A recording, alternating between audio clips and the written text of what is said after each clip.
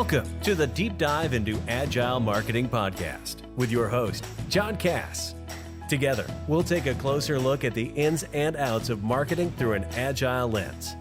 You'll learn from interviews with top agile thought leaders and practitioners and gain fresh new insights for your journey. Let's get ready to dive in.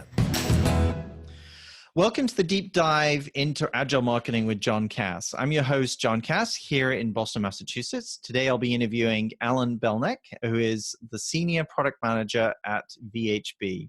Welcome, Alan. John, thanks for having me. I'm looking forward to the conversation today. Same here. So when we were talking earlier about this podcast, we talked a little bit about your early background in Agile and also what led you to where you are here today. I believe you started in engineering, and not only that, you started working at VHB in engineering, and then moved on to do software product management projects, and are now back. Could you tell me a little bit more about the background and what you're doing now? Sure. My undergrad degree is in civil engineering. Kind of had a passion for that growing up, and I ended up at VHB right around 2000, and was working as a transportation traffic consulting engineer. Really enjoyed the work. I thought it was great. Over time, my passion for technology caught up, and I went back to school to get an MBA, and really kind of got the bug about social media, social networking, digital technology, and left VHB on really good terms, as you can obviously see, to pursue a career in software product management. Had an opportunity to join a friend at a technology-focused company to do that kind of first time, not really having any core background. I jumped into a software product management role for a particular product where we were using Agile software product management, which is where I got my exposure to it. And the interesting thing for me is that I didn't know traditional or waterfall or big upfront design software product management, which was what some of my colleagues on other products were doing. I only knew Agile because that's how I learned it. So I was on a group that did Agile software product management, but among other product teams who were doing the traditional way. So I can kind of get to look over their shoulders or hear conversations and hear how they did it, but we did it a certain way. Worked there for several years in a couple different roles. Worked in other marketing roles as I was moving kind of throughout the whole social digital marketing space in the Boston area. Got to apply some of those lessons and learnings, and eventually, as you mentioned earlier, came back to VHB in a brand new role, in a software product management role. They didn't have that before.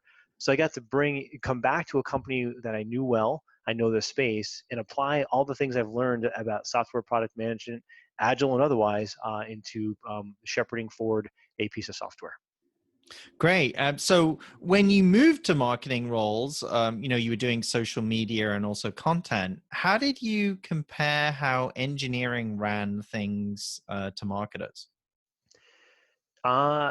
In certain respects, it was similar, and in other ones, it was different. And let me give you an example. Yeah. Some of the engineering colleagues I worked with were fairly organized, not rigid, but just tried and true process. Things were more binary. Decisions were made based on outcomes, stage gates, things like that. Spreadsheets to track things, calculations documented. Things would go into an appendix of a document to show all the proof that you've done certain things. Some of the marketers that I worked with were more along the lines of, and this is at various companies, and I don't want to call any one person or place out because that's not really the point. It's more that some of the marketers I worked with would be like, hey, we're going to go do a webinar and we're going to put some flyers out there, do a little bit of direct marketing. And I'd be like, oh, okay, great. Like, which channel kind of works better? And I'd kind of get like a blank look and say, like, what do you mean? And like, well, we've always just done webinars and direct marketing. So that's kind of just like what we do. And I'm like, well, if you don't really know what's working for you, how do you know where you're spending your money? And I never really got a good solid answer from some marketing people about that. And it just kind of made me scratch my head. I'm like, well, geez, I don't think you need to track stuff down to the penny because you're going to spend more time in the tracking than the actual doing the marketing. But if you honestly have no idea, well, then how do you know where to spend that money? So I was a little confused. Other marketers I worked with were truly agile. And this is more, I saw this in the startup space, in the sense of we need to do X. X could be gain users, grow market share, subscribers, downloads, whatever it was. And we've got a lot of levers we can pull. We don't have enough time to pull every single lever. So what we have to do is try a couple things. If it works, great. Can we try it a little more? Can we dig in? If it doesn't, abandon ship, move on, try something else.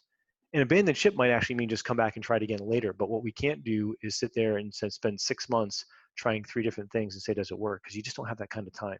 You've got to be nimble. You've got to be quick. You've got to look for essentially directionally to do things work.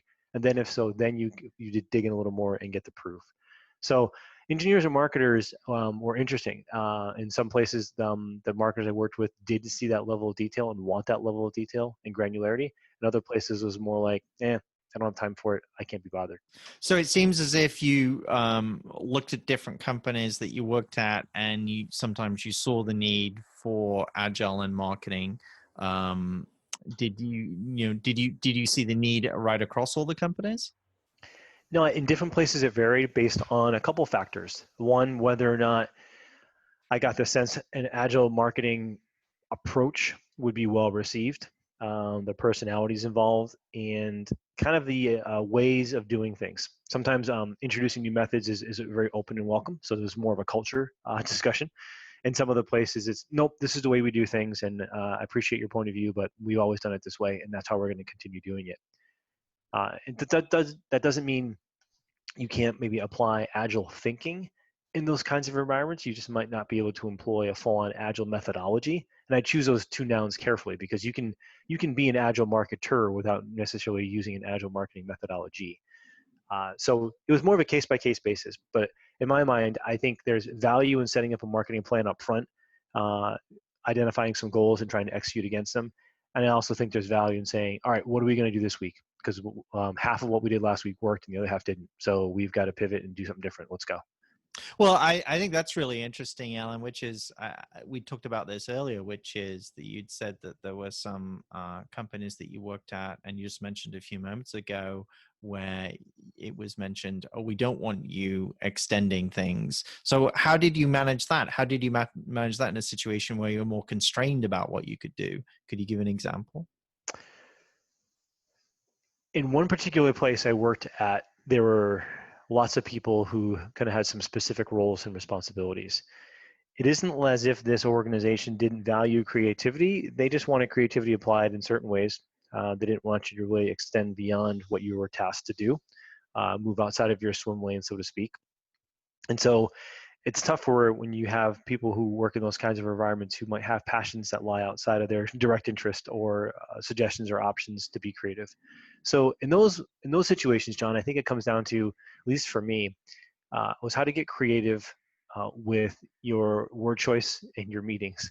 So instead of saying to your manager, "Hey, I think we should do X, Y, Z over in this area," which is clearly outside of your swim lane, maybe instead you don't go to your manager, but you go to the person who's working in that division and you meet them over lunch and you chat about what they do and you arrive at a friendly conversation and kind of maybe insert ideas into the conversation without basically saying, "Hey, I want to do your job for you," or rather say something that could be perceived as, "I want to do your job for you," because that's kind of ultimately what it came down to. So I think in a lot of those cases where you have to kind of flex the creativity in certain ways without it making it look like you're trying to instill a new methodology. And it's just more about understanding the cultural norms and just navigating those political waters carefully. So one of the questions that I get asked often is, how do you start an agile marketing framework within a company? So how do you get stakeholders on board with the process? Say you're starting a new project or you're going to a new company. How would you recommend to people that they get those stakeholders on board? One way to do that, in my experience, is to just frankly ask questions. Ask questions like take advantage of the fact that maybe you're the new person, or it's a new quarter, or the newness of it all, and that you're just on a fact-finding mission, not a finger-pointing mission, but a fact-finding mission. So in the example I kind of gave before, where I said, "Hey, so what's working best for you? Is it webinars or direct mail?" And my colleague would say, "Geez, we don't really know because we've never. This is what we've always done." So maybe dig in a little bit that a little more. Say, "Oh, okay. Well, gee, how many webinars did you do last year?" We did 7. Oh, okay. How much does it cost to run a webinar? Oh, it costs X dollars. Okay. How many people do you get to sign up? how many leads, how many conversions. Just kind of go through. Just say, hey, I just want to understand because I'm thinking about doing a webinar also, or I'm thinking maybe we should double down on webinars, and just get all those facts, and then say, okay, think about it, and then come back to the team with a presentation. It doesn't have to be PowerPoint, it could be just a chat, and say, hey, it looks like we've done these webinars, we've done these direct mail pieces. It takes a long time to pull those together. What if we did half of each and tried instead this content piece? Let's try that for 2 weeks. 2 weeks being after you produce it, maybe 2 weeks in the field. And we'll launch it with some mail, some social, whatever, and let's just see what we get for leads on that. And then we'll reconvene in 2 weeks and see how that did. If it doesn't work, we'll go back to increasing our spend on webinars and direct mail. And all that looks like is a one-time experiment. But if you squint and look, that's really agile marketing, because what you're doing is you're pausing something else that was only working so, you're trying something new. And after 2 weeks, if that works, great, let's take something else and pause that and try something new. Do that for 2 weeks or 1 week. And again, and again. And what you're doing over and over again is, instead of doing it the tried and true way that you've always done it with barely any regard for metrics, you're trying something new, you're looking at the results, you're making a decision, and you're going forward. Lather, rinse, repeat. Is it the case that you try that out and don't even mention Agile, and then have things working, and then go back and say, well, you've been doing Agile all this time? And have you ever Yeah, had that circumstance? yeah, I think so. I mean, it's kind of like the whole notion of introducing new food to a child who says they would never eat X, and then you introduce X to them and not tell them that it is, and then when they're all done, say, hey, guess what? Did you know that you just ate X? And they get all angry at you because you pulled the wool over their eyes. So sometimes just not mentioning it will help, because some people have a visceral reaction to trying something new because it has a new name on it. This way, you're saying, hey, let's think about this a little bit differently. And does it matter what you call it? Not really. You're just going about it a different way. In some organizations, you may have to apply and give it a name, but in my experience, and I'm sure other folks you interview and some of even the listeners might have a different opinion on it, and that's fine. Because at the end of the day, it doesn't matter what you call it. It's just, is it working for you or not? Because if it's not, it's time to try something different. How do you manage the process? And you might use different techniques depending upon different companies that you've worked with, but I think it'd be interesting to hear how you've used Agile operationally. Is it Scrum, sprints? What's the process you use? Well, one example I can give is when I was at a startup, and that was probably the best use case for this discussion, because we needed to get signups and subscribers to a service quickly. We need to show value to our backers that our network is growing and it's worth investing in all those kinds of things. So we had lots of tests we were going to consider.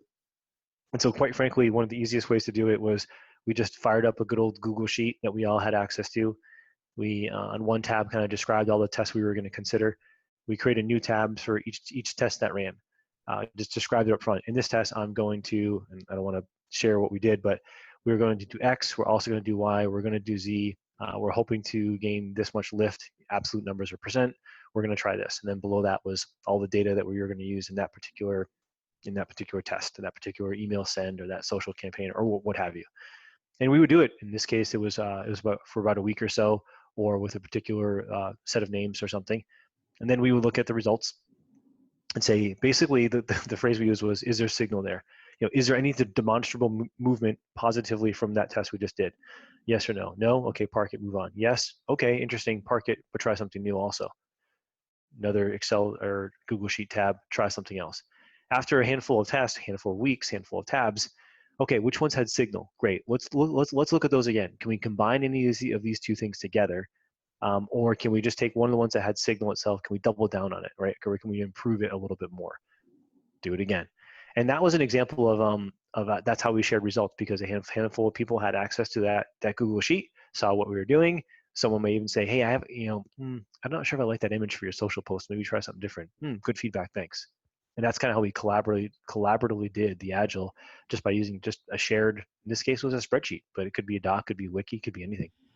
When you're working with different stakeholders, not just your team, maybe the folks that are actually giving you the projects or the goals to achieve, how do you use Agile to manage the flow of projects and what goals are needed, so that you can actually get some stuff done. How do you manage not the internal team but the outside stakeholders who are involved in the process using Agile? When it comes to the more prescriptive agile methodologies, I'll go back to software product management for a moment, like burn down chart and sprint capacity, desire, the backlog and the capacity of the team for that sprint and those kinds of things. We didn't get to that level of granularity in my experiences with agile marketing. That was more for the agile software product management. But the takeaways I could bring to the marketing realm from something that prescriptive would be, okay, well, we need to do something in this quarter. There are roughly, I think there were 12 or 13 weeks in that particular quarter. If we're doing one new test per week, we've got 13 tests. So, to outwardly communicate the grander plan, okay, let's call it maybe in the software world a full-on release. Okay, now let's break it down into more manageable chunks, week by week by week. We have this much time to do a test. We run the test. The retrospective, right, from the software world might be, okay, the Friday afternoon or the Monday after, saying, okay, this was the results of the test. These are the takeaways. This is how we're planning for the next test. And that's how we would break it up. We didn't necessarily go into the level of how many resource hours do we have to allocate and so on and so forth. So I guess there were some things I could draw from the software product management world of Agile and apply to marketing. But for some, it was more just, I think the biggest piece that we got to use and reuse was that we're going to outline a bunch of things we're going to try. We're going to try them quickly and look for signal and takeaways and then double down on those. Great. So how have your social media campaigns and content marketing campaigns benefited from collaboration through Agile marketing? Can you think of any examples where, oh, this is really working, let's spend some more time on it, and then you spent some more time and it worked even more? Can you give any examples like that? I think a great example of that is running kind of ads on LinkedIn. And if you didn't know it, listeners, LinkedIn essentially does Agile marketing for you. And this is what I mean. If you've ever run an ad on LinkedIn, you have to come up with a handful of things. You got to have your call to action, your URL, your copy, but also your image, right? And what happens is if you run ads on LinkedIn, they even suggest, hey, upload up to 5 different ones. And they will cycle through handfuls of pictures, of image and text combinations. And you go into your ad the next day, or after 24 hours, whatever you want to call it, and you look, it will show you the performance of which kind of combination worked better than others. I think Facebook does this now too. It's been a while since I've done Facebook ads, but and then it'll basically tell you or do for you or suggest to you, hey, this combination worked better than the others. You should go double down on these. Well, that's kind of what Agile marketing is, right? You're trying something, you're doing a test, you're looking for the results, you're looking for the signal. Things that don't work, stop doing. Things that do work, double down on. And so that's how we would do it. Years ago, before LinkedIn and Facebook would automate that process, we would try a couple different things, look at the performance. Even if it was a week-long ad, we wouldn't check in after a week. We'd check in after a day. How is that spend working? Do we allocate enough spend? Oh, we burned out the spend in the first 6 hours. Geez, maybe we need to modify our targeting because we were targeting too broadly and we're burning up our spend too fast. Geez, that image really isn't. People aren't clicking on it. Maybe we try a different image, different call to action. That's being agile enough especially when you're spending that money and you've got a limited budget to spend over the week. You want to make sure that you get that right on the first day so you can sustain that spend over the balance of days you have to get the most value out of your campaign. So one question that was really curious to me was, are there differences between larger departments or larger companies compared to smaller departments or companies? To a degree, yes. I also think there's a couple other factors that go into that. Is you publicly traded or private? Are you startup or are you established? I think established companies are going to have bigger departments, but that's not always the case. In smaller teams, some of that conversation and that knowledge transfer happens even just verbally because you sit in an open environment or the people that you work with are quite literally steps away. So there's a little bit of a freer exchange. You get that real-time collaboration. Sometimes in a bigger environment, you might have people who sit in different floors, different buildings. That doesn't mean you can't pick up the phone or just send an email, but there is something to say for that face-to-face interaction using Skype or Slack or those kinds of things. Just any ways you can communicate. I do think that in the smaller teams, especially in the start, so in my experience, the startups were smaller teams. there's this inherent notion of you have to be scrappy. You have to try things quickly. You can't wait 6 months to see returns on what you're doing because you just don't have that luxury of time. In some bigger organizations, which isn't to say that they're lazy or they're not nimble. It's just that there tends to be a little more. There tends to be a little more cushion of time. Doesn't mean that the results aren't just as critical, but there is a more cushion of time. And in fact, in some organizations that I've been in, they want time. They want to see time run out. They want to see data, not just over a couple of days to make a quick decision based on signal. They want to see a decision based on real hard and fast data. So sometimes you have to do something for a much longer time to make a sound database decision versus that signal quasi gut-based decision. So what's been this is a question I've been interested in. What's been the evolution of marketing for you?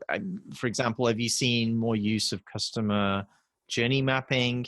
And have you seen the use of Agile for such techniques? And what differences have come about that as you see these new things coming into marketing? I kind of got my start in marketing right when social and content were right on the big uprise.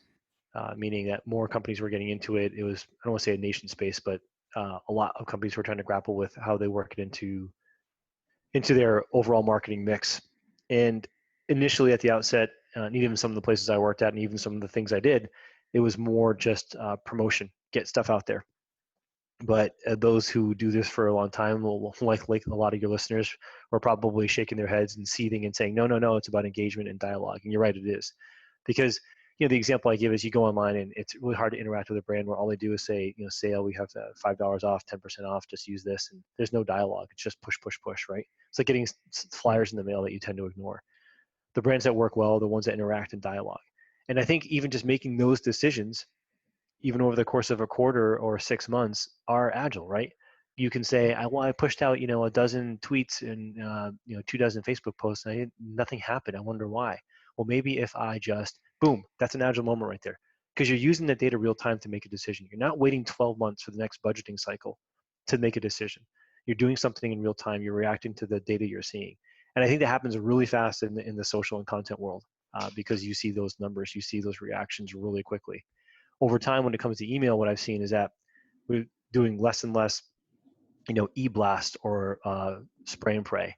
We're actually personalizing. Even things just like simply adding someone's first name, right? It sounds silly, but sometimes, people, data's all over the place, whether or not it works better or worse for you. But in my experiences, it works better. We use someone's first name, or you even use something else in the middle of the first paragraph that's a little more personalized because it makes it look like it's a personally crafted email. I think even when we get those as marketers, we say, oh, wow, this looks good. We know it's been generated by a system, marketing automation system on the back end, but at least the marketer who put it together took the time to actually marry in pieces of information that are useful and valuable to me. And those things tend to see higher engagement. So over the course of my marketing career, how have I seen things change from an agile perspective? Moving away from this is the way we've always done it, push it out, wait 12 months, we get a new budget, let's do that all over again, to wait a second, we need to look at things on a much more frequent basis. Wait a second, we can't just do spray and pray. We need to personalize. We need to make it human. Great, Alan. Thank you so much. Thanks for joining me on the deep dive into Agile marketing today. I really appreciate it. Thanks for having me, John. I really appreciated our chat. All right. Well, thanks, Alan. And thank you, listeners. Join us next time. Thanks for joining us for another episode of the Deep Dive into Agile Marketing podcast. Be sure and subscribe to our show and leave a review to let us know what you thought of today's episode. And if you like what you heard and want to learn more, visit www.businessagility.institute. You may know you're listening to this show along the Marketing Podcast Network, but did you know there are other great shows on MPN to help your business? Christy Heiler hosts a fantastic podcast called Own It. Christy, tell us more about the show. Own It is all about celebrating women and non-binary advertising agency owners. We talk about buying out of the Boys Club of Advertising because less than 1% of ad agencies are owned by women. And where can people subscribe? You can find the podcast at untilyouownit.com. We're also on the Marketing Podcast Network at marketingpodcast.net. And of course, you can subscribe wherever you get your podcasts. You heard her. Go subscribe. This podcast is heard along the Marketing Podcast Network. For more great marketing podcasts, visit marketingpodcasts.net.